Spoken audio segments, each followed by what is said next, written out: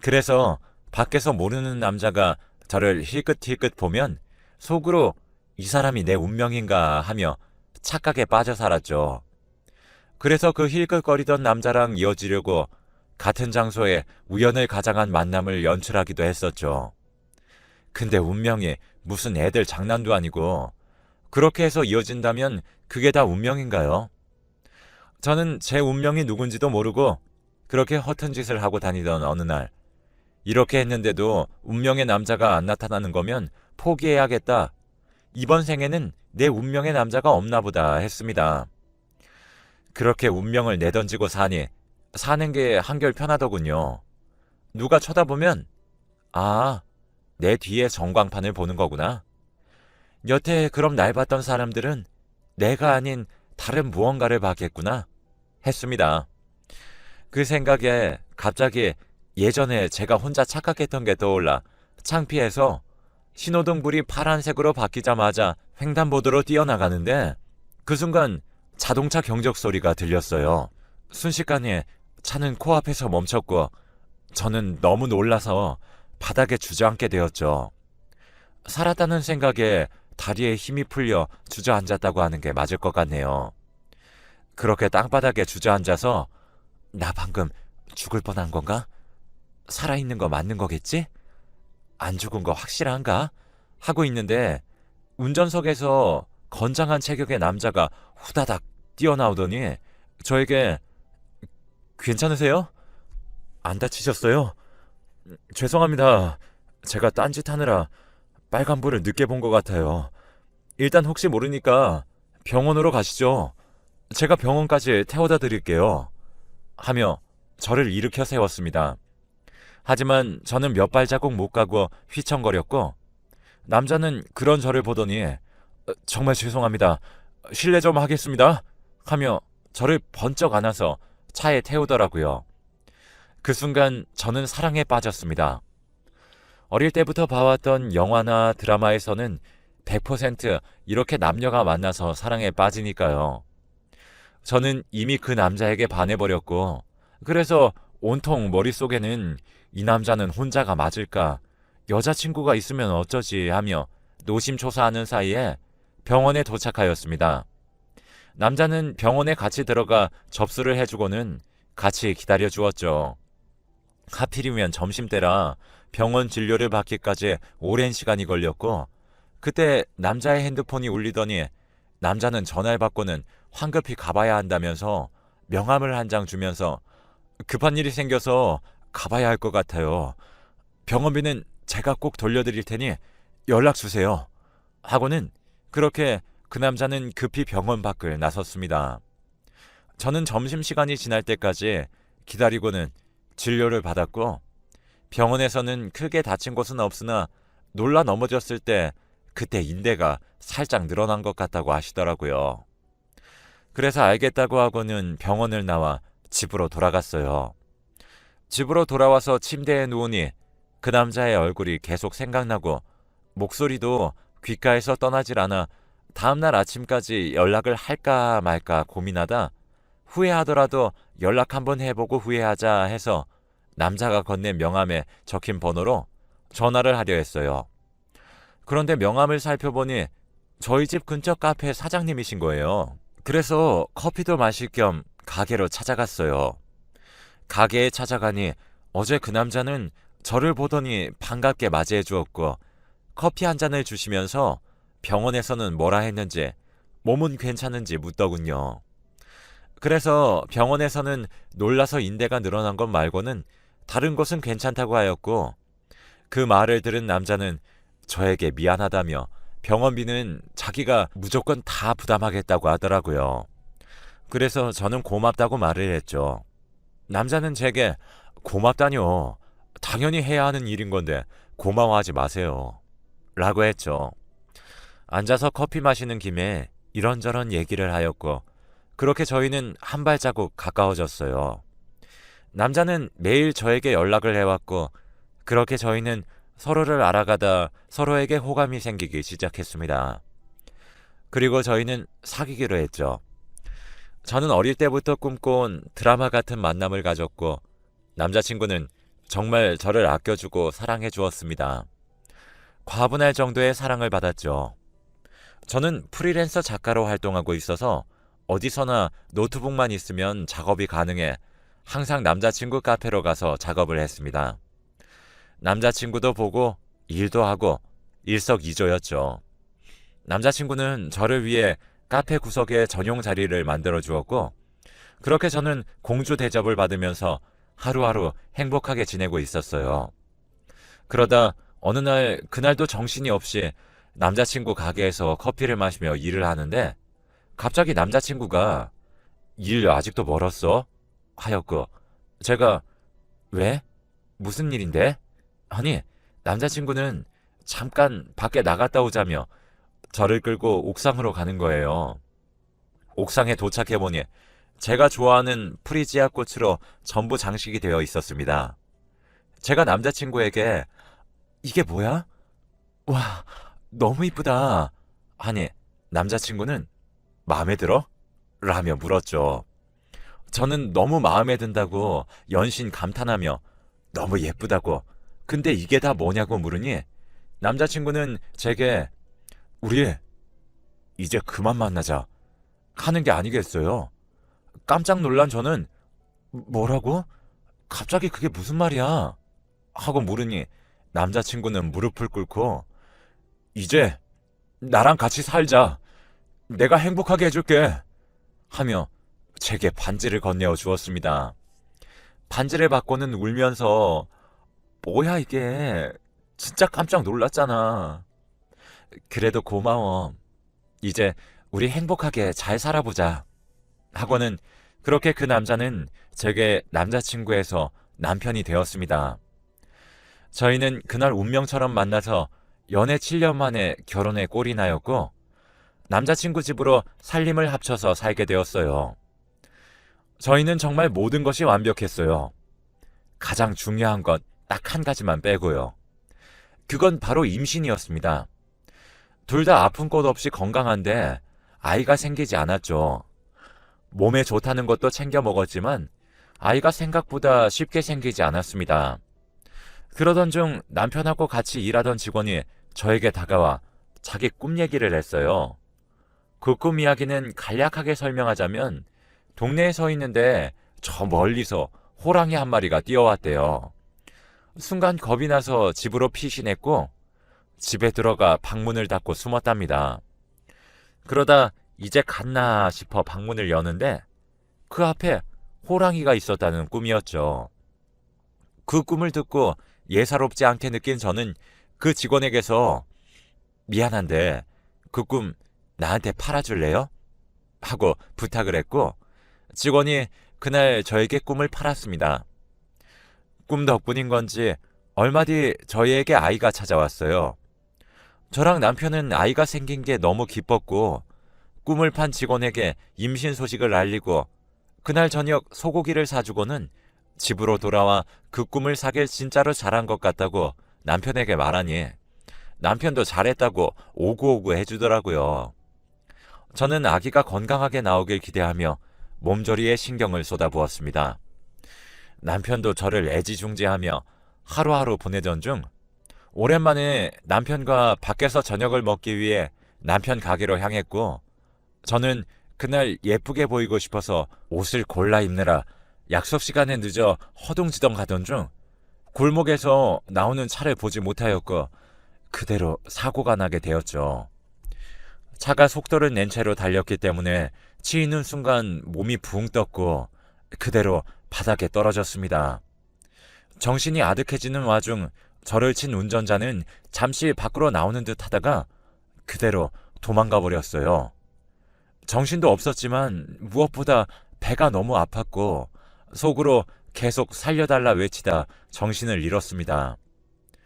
그렇게 제가 눈을 떴을 때는 이미 병원이었고 남편은 제 손을 잡고 하염없이 울고만 있더군요. 눈을 뜨고 남편에게 여보, 아이는? 우리 아이는 무사한 거야? 하니 남편은 고개를 떨구고 울기만 했습니다. 그걸 본 저는 직감적으로 아이에게 문제가 생긴 걸 알았고 침실에서 일어나려는데 오른쪽 다리가 움직이지 않더라고요.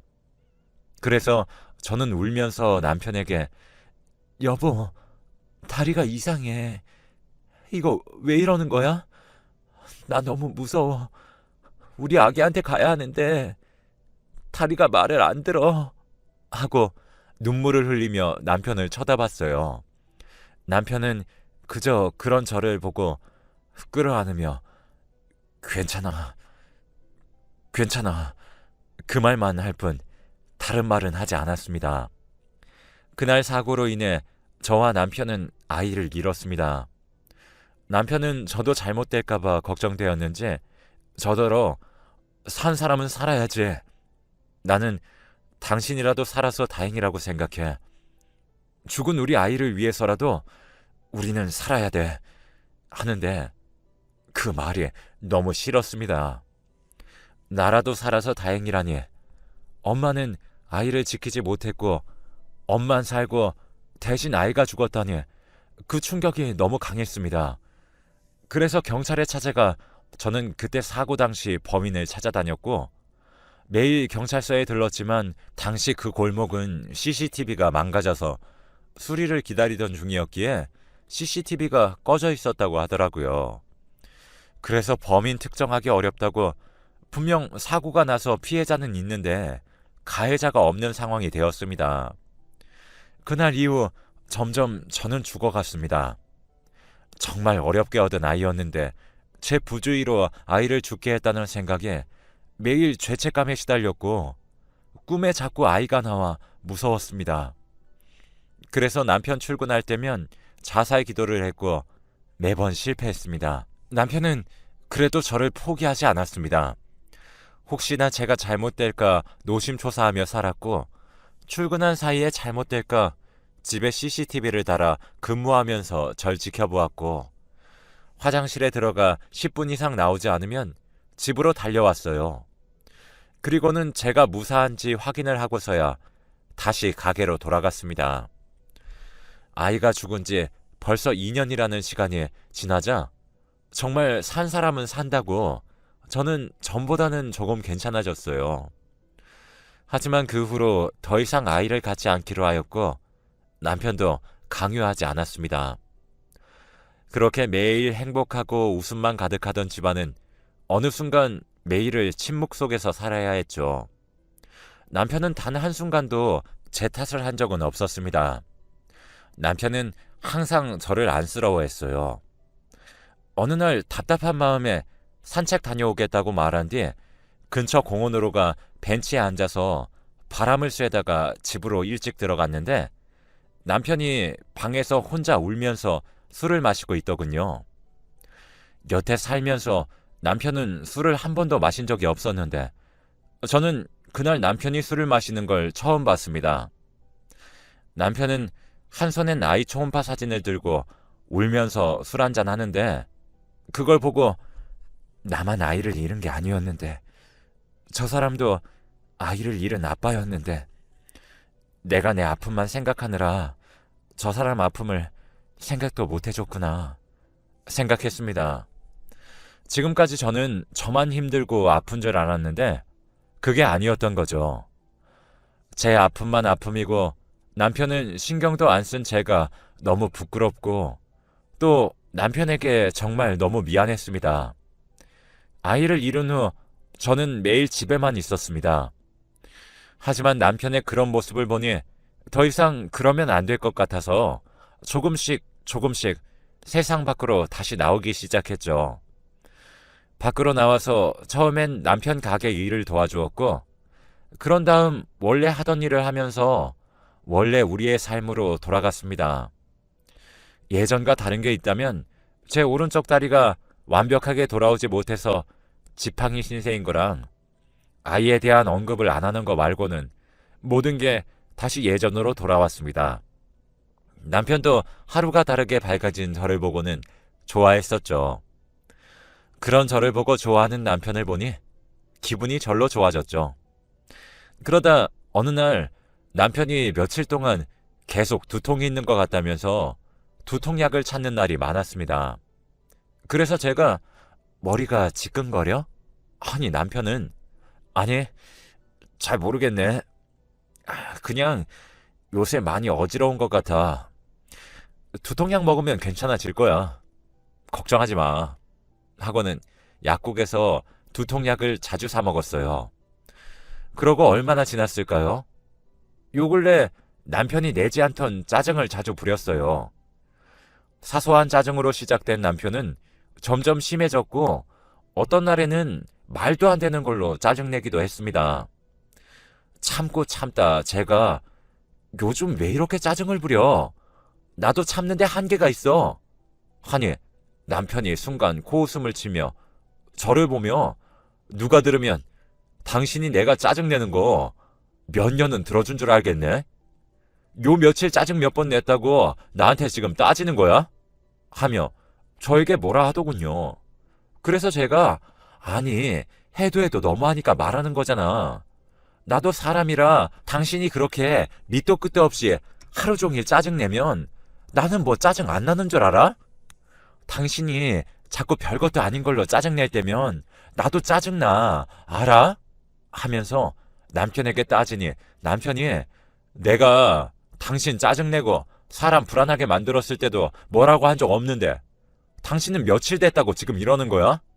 어이가 없네 진짜. 하며 리모컨을 던지더군요. 그 모습에 저는 벙쪄서 남편을 바라봤습니다. 지금까지 정말 싸운 적 없던 저희였는데 이날 처음으로 크게 싸우게 된 것이죠. 제가 항상 같이 TV 볼 때 드라마에서 물건을 집어 던지는 것 보면 난 저렇게 물건 집어 던지는 남자들 싫어. 당신은 절대 그러지 마. 알겠지? 했었을 때 분명 당연하지. 나는 절대 살면서 당신한테 언성 높이거나 저런 짓 하는 나쁜 사람은 안 될 거야. 걱정하지 마.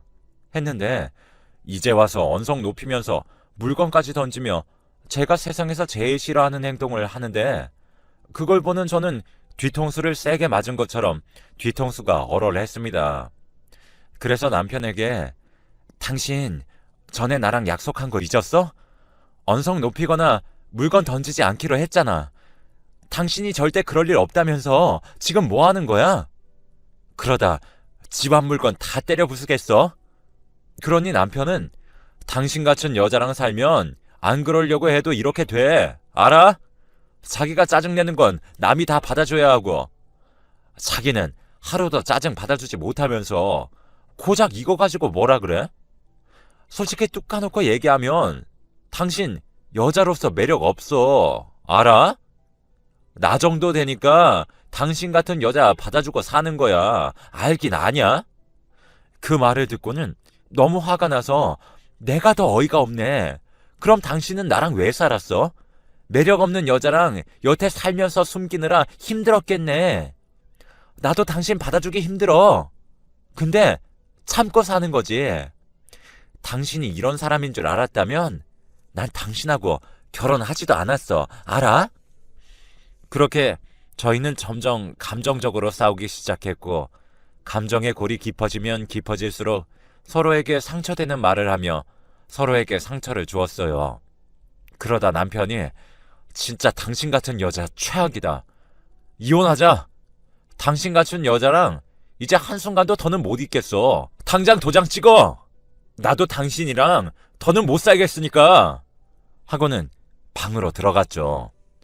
남편은 분이 풀리지 않은 건지 문을 열고 들어와 서류 준비할 테니까 당신은 짐 싸서 나갈 준비나 해. 하며 문을 쾅 닫고는 밖으로 나가버렸습니다. 그날 남편은 들어오지 않았고 저는 집에서 울다가 잠이 들었어요. 그리고 며칠 뒤 남편은 정말 서류를 준비해왔고 저에게 내밀면서 내가 쓸 부분은 다 작성했어. 당신만 작성하면 돼. 하고 집을 나가더군요. 그래서 서류를 꺼내보니 정말 남편은 작성을 다 끝낸 상태였어요. 그걸 보고 있는데 화가 정말 머리 끝까지 나더군요. 아니, 살면서 처음 싸운 건데 첫 싸움에 이혼 얘기가 오갔다고 바로 이렇게 서류를 준비해 오다니 어이가 없으면서 볼수록 화가 나 저도 작성을 했습니다. 그리고 저희는 연애 7년, 결혼 5년, 같이 보낸 지 12년 만에 그렇게 이혼을 했어요. 처음 남편을 만났을 때 남편 집에서 신혼생활을 한 거라 이혼 후 제가 집을 나와야 했습니다. 저는 그동안 모아둔 돈으로 집을 구해서 나왔죠. 집을 구하는 동안은 남편이 여태 산 정이 있으니 집 구할 때까지만 있으라면서 본인은 한동안 가게에서 지내겠다고 하더군요. 그래서 그렇게 하겠다고 하고는 다음날 바로 집을 구해서 나왔습니다.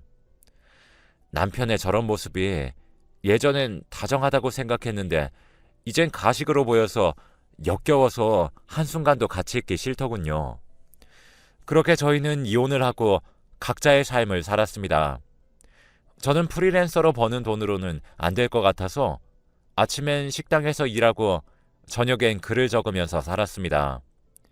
그러다 시장에서 장을 보고 집으로 가던 중 예전에 남편 가게에서 일하며 꿈을 팔아준 직원을 만났고 길거리에서 반갑게 인사를 하며 잘 지냈냐는 안부를 물었습니다. 그 직원은 지금 결혼해서 아이를 낳고 살고 있다고 하더군요. 그리고 저에게 사모님 죄송해요 하는데 제가 뭐가 미안해요.